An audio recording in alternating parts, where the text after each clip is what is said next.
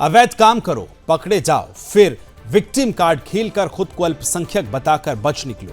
और इस बार ये घिनौना खेल चल रहा था नॉर्थ ईस्ट शॉप में, जहां नाम भले ही पूर्वोत्तर भारत की सांस्कृतिक विविधता को दर्शाता हो, लेकिन अंदर से ये दुकान गौमांस की अवैध बिक्री का अड्डा निकली। जैसे ही गौरक्षकों ने इस दुकान पर छापा मारा तो जिहादी गिरोह और उनके वामपंथी पैरोकार तुरंत हरकत में आ गए। किसी भी अपराध के खिलाफ कार्रवाई को सांप्रदायिक रंग देने की इसकी घिसी पिटी स्ट्रेटेजी फिर सामने आ गई। एसएफआई जैसे वामपंथी छात्र संगठन घटना को पूर्वोत्तर समुदाय पर हमला बता रहे हैं, लेकिन ये कोई पूछ रहा है, हर कोई नहीं पूछता कि गौ हत्या और उसकी बिक्री क्या अब सांस्कृतिक विविधता के नाम पर जायज हो चुकी है। सवाल बड़ा स्पष्ट है कि क्या भारत जैसे बहुसांस्कृतिक देश में किसी भी धर्म, क्षेत्र या जाति के नाम पर संवैधानिक कानूनों का उल्लंघन स्वीकार किया जाएगा? जब वीडियो में खुद आरोपी कहता है कि गौमांस 400 रुपए किलो है, तो फिर किस बात का शोर? ये कोई षड्यंत्र नहीं है या कि आपराधिक स्वीकारोक्ति है, इसको मानना पड़ेगा। और इस पर पर्दा डालने की जो कोशिश वामपंथी जिहादी गठजोड़ कर रहा है, वो खुद देश की सुरक्षा और आस्था पर हमला करता है। दरअसल गौमांस की तस्करी अब सिर्फ एक अपराध नहीं रहा, बल्कि उन जिहादी ताकतों का हथियार बन चुका है जो समाज को बांटने की कोशिश करते हैं। पहले अवैध बूचड़खाने, फिर नकली दुकानों की आड़ में तस्करी, और अब विक्टिम कार्ड की आड़ में भावनात्मक ब्लैकमेलिंग का खेल खेला जा रहा है। लेकिन ये जिहादी भूल गए कि सुदर्शन न्यूज की नजरें सब देख रही हैं। हमारे संवाददाता सागर कुमार ने न सिर्फ इस अवैध कारोबार को उजागर किया, इस पर एक्सक्लूसिव स्टोरी की, बल्कि आरोपी की गिरफ्तारी भी सुनिश्चित करवाई। लेकिन समय आ गया है अब देश को स्पष्ट संदेश देने का कि गौ हत्या कोई अधिकार नहीं, बल्कि आस्था पर सीधा हमला है। जो ये अपराध करेगा वो कानून से नहीं बच पाएगा, चाहे उसका धर्म, जाति या क्षेत्र कोई भी हो। ये हर किसी को बात क्लियर और स्पष्ट होनी चाहिए।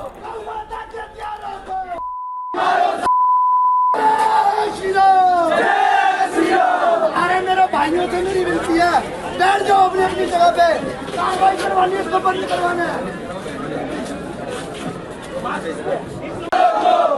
ऐसा कर पुलिस को बोल रहा। 2 मिनट।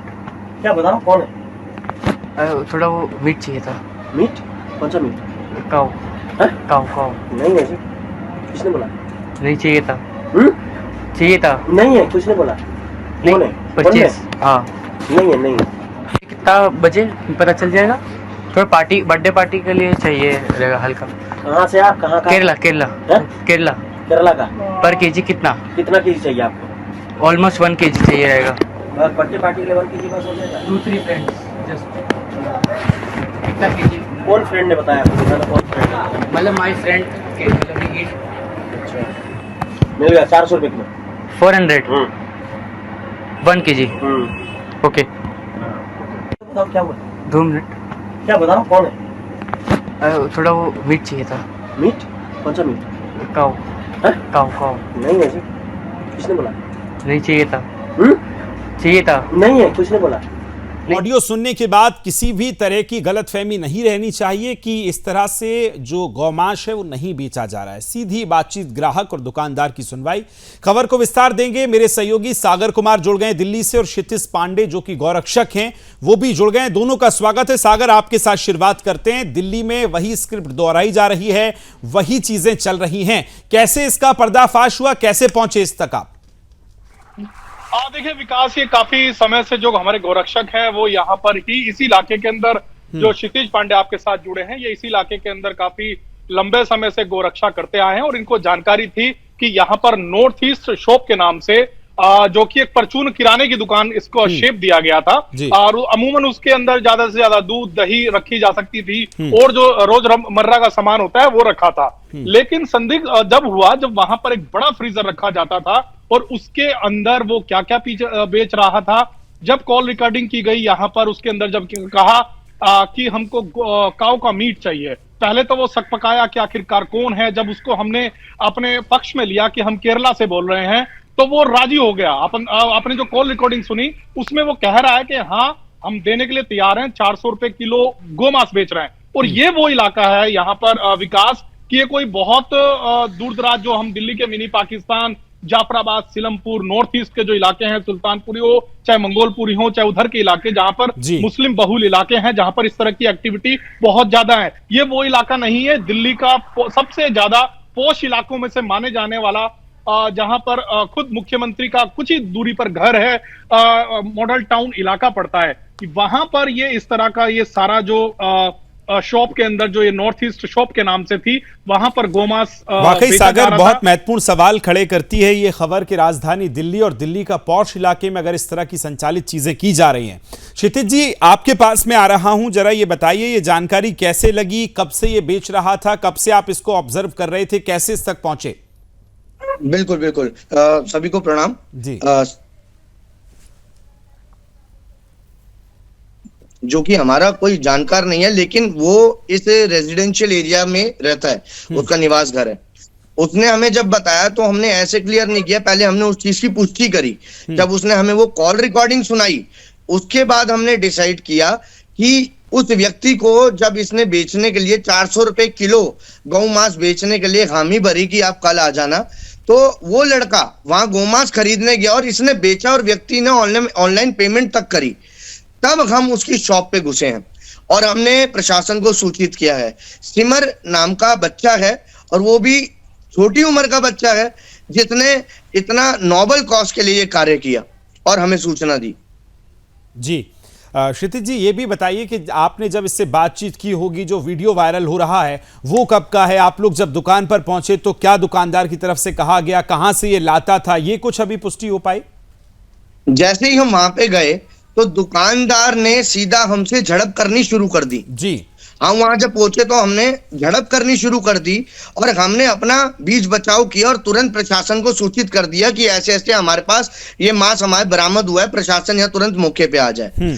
प्रशासन वहां पहुंचा और मैं धन्यवाद करना चाहूंगा सुदर्शन न्यूज और सागर कुमार जी का, जिन्होंने हमारी पूर्ण तरीके से सहायता करके इस पे उचित से उचित कार्रवाई करवाई।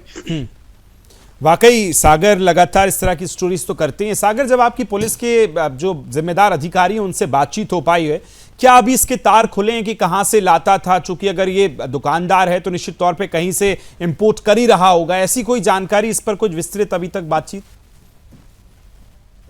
इस तरह के मामले सामने आते हैं, ये हमारे गोरक्षक जो है ये इस तरह की रेड मारते हैं और इस तरह की जब टीम वर्कआउट करती है तो सबसे पहले दिल्ली पुलिस या कोई भी पुलिस का ढुलमुल रवैया ये रहता है कि हाँ, ये मांस जरूर बरामद हुआ है, ये किसका है, ये गाय का है, ये भैंस का है, ये बकरे का है, किस चीज का है, ये हम इसको फोरेंसिक भेज रहे हैं। फोरेंसिक जांच के अंदर 10-15 दिन, अगर संवेदनशील इलाके हैं तो एक महीने तक उसकी रिपोर्ट आने के लिए समय लग जाता है। तो पुलिस पहले यहां पर ही ढुलमुल रवैया अपना दिखाती है कि हाँ, हम चेक करा रहे हैं फोरेंसिक के अंदर कि ये गाय का मांस था या भैंस का मांस था। आगे की अब जब जांच जो पहुंचती है वो कहीं ना कहीं हमारे गोरक्षकों को ही टारगेट करती है कि आपने। बिल्कुल जी।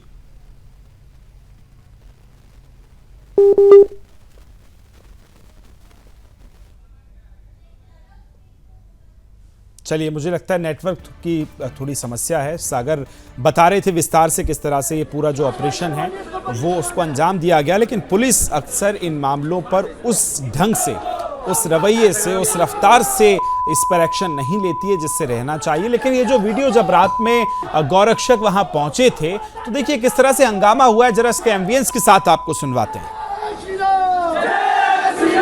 अरे मेरे भाइयों से मेरी विनती है, बैठ जाओ अपनी अपनी जगह पे, कार्रवाई करवानी है, इसको बंद करवाना है। ऐसा कर पुलिस को बोल रहा है।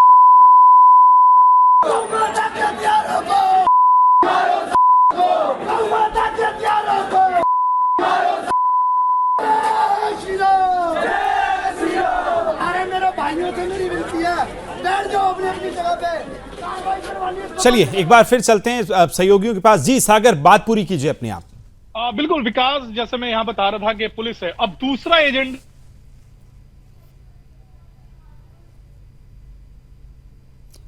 चलिए, सागर का फ्रेम फ्रीज हो रहा है, मैं लौटूंगा आपके पास। अरे मेरे भाइयों से मेरी विनती है, बैठ जाओ। तो देखिए गौरक्षक ये बड़ी संख्या में वीडियो में आपको नजर आ रहे होंगे। इनका कहना है कि इस तरह की चीजें बंद हों, लिहाजा सुदर्शन न्यूज पर इस पर तुरंत कार्रवाई की और देर रात सहयोगी सागर लगातार इस पूरी खबर को रिपोर्ट करते रहे।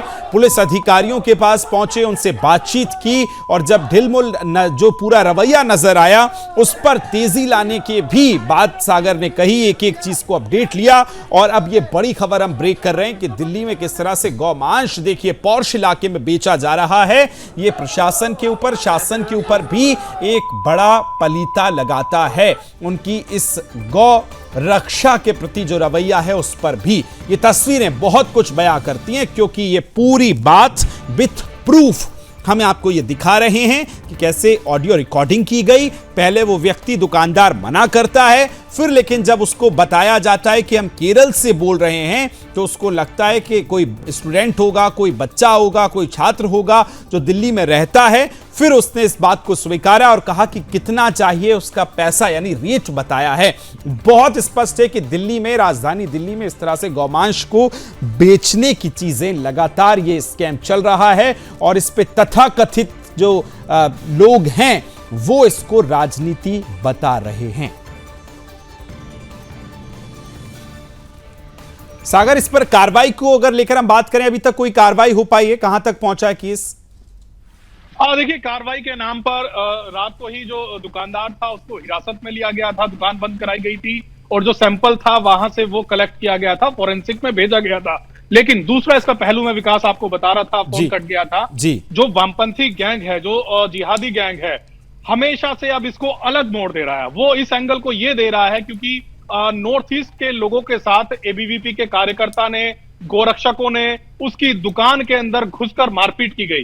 क्योंकि आप भी जानते हैं, हम भी जानते हैं कि नॉर्थ ईस्ट के का बड़ा संवेदनशील मामला बनता है। बिल्कुल, और बेशक। इसलिए ये अब जो गैंग है, जिहादी और वामपंथी गैंग, गोरक्षकों को टारगेट कर रहे हैं। लेकिन हमारा इसमें ऐसा कोई ना गोरक्षकों की कोई इंटेंशन थी, नॉर्थ ईस्ट के लोगों को इसमें कुछ नहीं है। उस दुकान का नाम नॉर्थ ईस्ट शॉप रखा गया था।